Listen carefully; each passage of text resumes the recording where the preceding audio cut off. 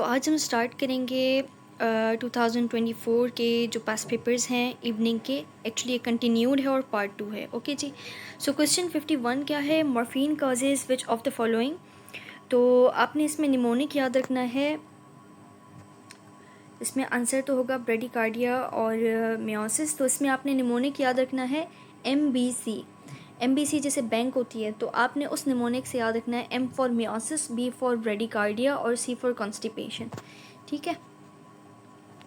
Question 52. Penetrating injury to fourth intercostal space on the left side of sternum, which structure will first damage? तो जब injury हो रही है fourth intercostal space पे, तो ये पहले मेम्ब्रेन डैमेज होगी। ये आपने चीज़ बस रट लेनी है। ठीक है। Dense and denty germination, fusion and tubercles occurs when there is defect in which stage of tooth development? तो ये होगी हमारी कैप स्टेज। अब देखें ओरल बायो में जो स्टेजेस ऑफ टूथ डेवलपमेंट है, उसमें से कोई ना कोई न्यू क्वेश्चन या पास्ट का ही क्वेश्चन दे देते हैं। तो आपको उस टॉपिक को स्पेशल फोकस देना, क्योंकि वो बेसिक है। तो वो बेसिक नॉलेज आपने रिवाइज कर लेनी है चैट जीपीटी टूल करके, या जिस ग्रुप में आप एड हों, फ्री वाले ग्रुप्स होते हैं उसमें शेयर होती रहती हैं पॉइंट्स। और जो स्टेजेस ऑफ टूथ डेवलपमेंट में कोई प्रॉब्लम होता है, तो कौन सा लेजन अराइज होता है, कौन सा प्रॉब्लम अराइज होता है, उसको भी आपने देख लेना है। तो पर्सनली मैंने स्टेजेस ऑफ टूथ डेवलपमेंट और उसके प्रॉब्लम्स जो हैं वो बिल्कुल एंड में चैट जीपीटी करके देखे थे और मुझे बहुत फ़ायदा हुआ था। ठीक है। Question 54. Patient came to the OPD with RTA having intraoral bleeding, unable to close the mouth, long face, open bite and stap deformity. What type of fracture it is? अब RTA हुआ है, पेशेंट को long face, open bite है और step deformity है। जहाँ पे भी आपको RTA की वजह से ओपन बाइट और स्टैप डिफॉर्मिटी मिले, तो आप समझ लें कि ये फ्रैक्चर बाइलेटरल कोंडाइलर फ्रैक्चर है। ठीक है। Property of gold foil to adhere to each other is through.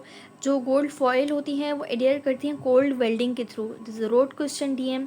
Vickers hardness number of type 3 gold 120 to 150 है। जो गोल्ड का एक चार्ट बना हुआ है ईशा नोट्स में, तो वो आप रट लें कि टाइप 1 में कौन सी है, टाइप 2 में कौन सी है और कौन सा हम किस में यूज़ करते हैं, वो भी ईशा नोट्स में लिखा हुआ है। तो ये इंपॉर्टेंट टॉपिक है, वो भी आपने पढ़ लेना है।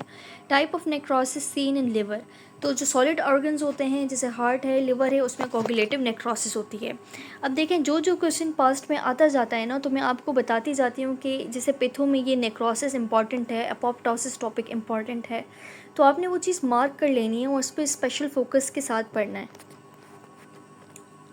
Question 58. Chronic fungal infection with rhinosinusitis causing granuloma. तो ये होगा aspergillus micro. If the whole movement of abduction of the arm is lost. बंदा जो है वो आर्म के एबडक्शन नहीं कर पा रहा, तो ये अपर ट्रंक और पोस्टीरियर कॉर्ड जो है वो डैमेज है। ब्रेकियल प्लेक्सिस अपर लिम्ब में इंपॉर्टेंट है, along with the median, ulnar nerve, radial nerve. Initial indicator for the detection of calcium deficiency, तो वो 25OH cholecalciferol है।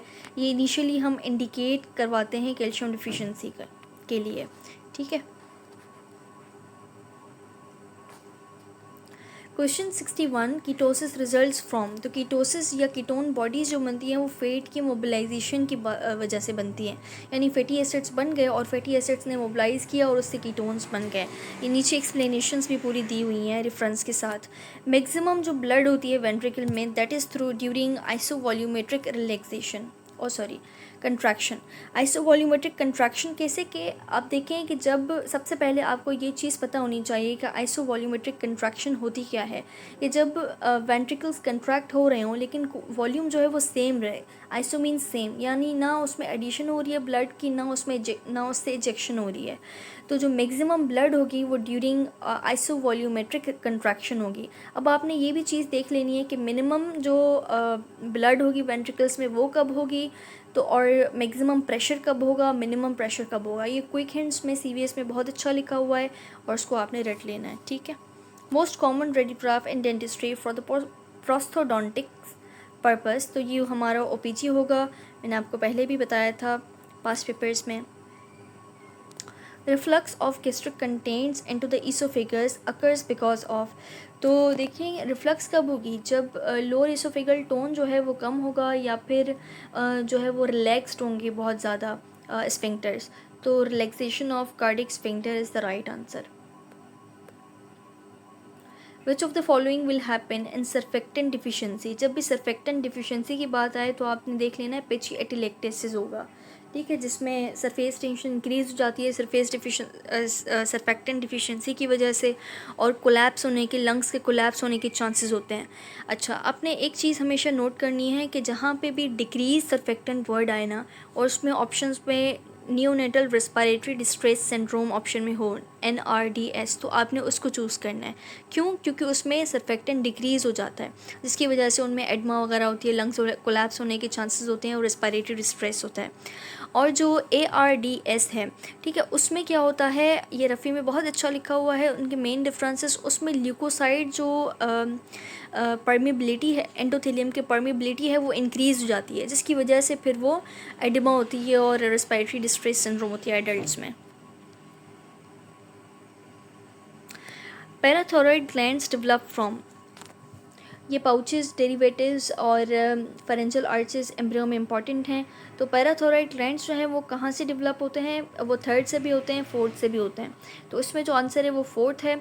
अभी इन्होंने अपनी की बनाई हुई है, ना इन्होंने सुपीरियर मेंशन किया है, ना इन्होंने इन्फीरियर मेंशन किया है कि इन्फीरियर पैराथायरॉयड होगा या सुपीरियर होगा।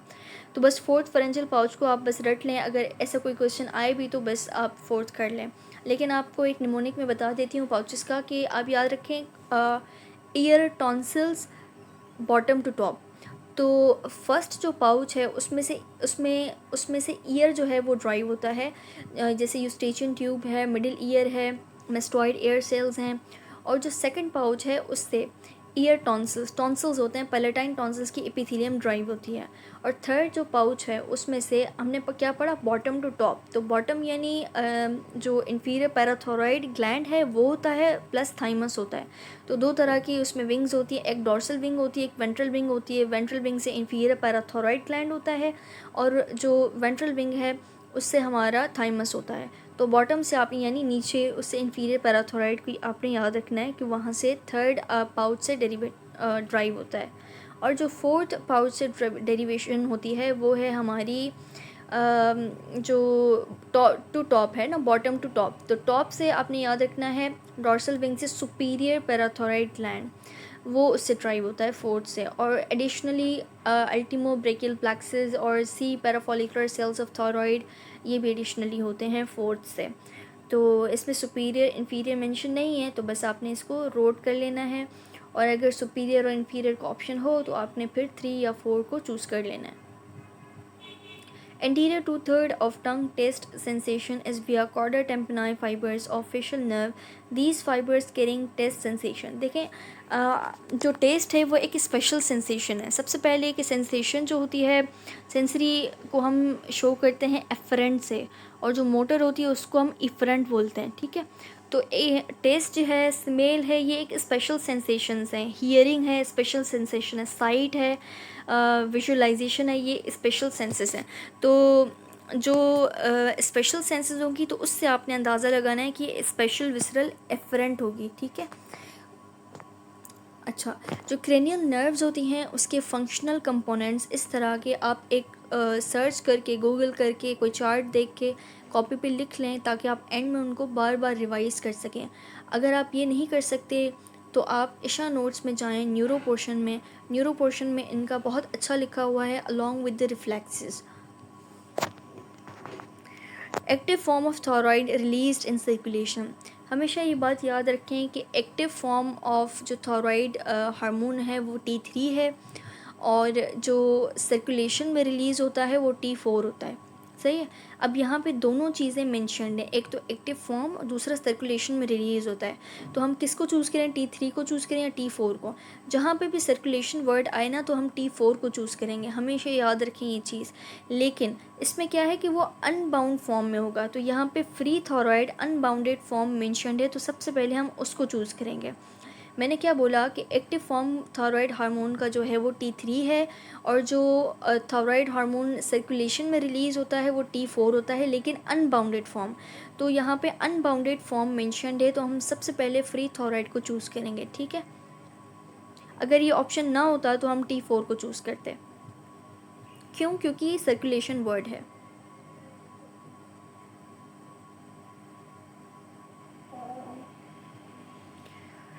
अच्छा, लेट मी ओपन अगेन। नवंबर इवनिंग था।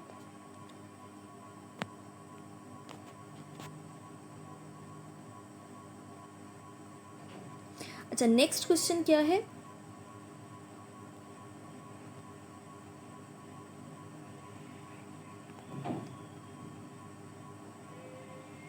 Optic nerve ends at, optic nerve जो है वो किस पे एंड होती है? लेटरल जेन्युक्लेट बॉडी में। ये तो स्नेल में भी लिखा हुआ है, बस आप इसको रट लें।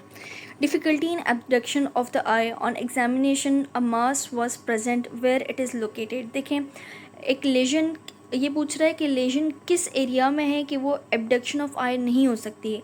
तो आपको सबसे पहले आई के जो फंक्शंस हैं वो कौन कौन सी क्रैनियल नर्व कौन कौन सा फंक्शन करती है, या मसल को कौन कौन सी नर्व सप्लाई करती है और उसका क्या क्या फंक्शन है, वो आपको पता होना चाहिए। तो एब्डक्शन ऑफ आई जो है वो हमारी एब्ड्यूसेंट नर्व करवाती है, और वो सिक्स्थ जो नर्व होती है एब्ड्यूसेंट नर्व, वो किस में होती है? कैवर्नस साइनस में होती है। तो कैवर्नस साइनस का अगर कोई लेजन होगा, कोई मास होगा, यानी कंप्रेशन, तो इस नर्व की होगी, सिक्स नर्व की। कैवर्नस साइनस इंपॉर्टेंट स्ट्रक्चर है, इसको आपने स्पेशल फोकस देना है। न्यूरो में भी अच्छा लिखा हुआ है और AA में भी अच्छा लिखा हुआ है। तो कैवर्नस साइनस में कौन कौन सी नर्व्स आती हैं? एक वो नर्व्स हैं जो साइनस के अंदर ही होती हैं, यानी मीडियली लाई करती हैं, अंदर होती हैं। उनमें एब्ड्यूसेंट नर्व एक आ जाती है, सिक्स्थ क्रेनियल नर्व और इंटरनल कैरोटिड आर्टरी। और दूसरी कुछ नर्व्स होती हैं जो लेटरल वॉल पे प्रेजेंट होती हैं साइनस के। वो कौन सी हैं? 3, 4 और 5 की ऑप्थेल्मिक डिवीजन और मैक्सिलरी डिवीजन। ठीक है, कौन कौन सी नर्व? 3 ओक्यूलोमोटर, 4 ट्रॉक्लियर और 5th की मैक्सिलरी डिवीजन और ophthalmic division, V1 V2। Okay जी, ये इंपॉर्टेंट है।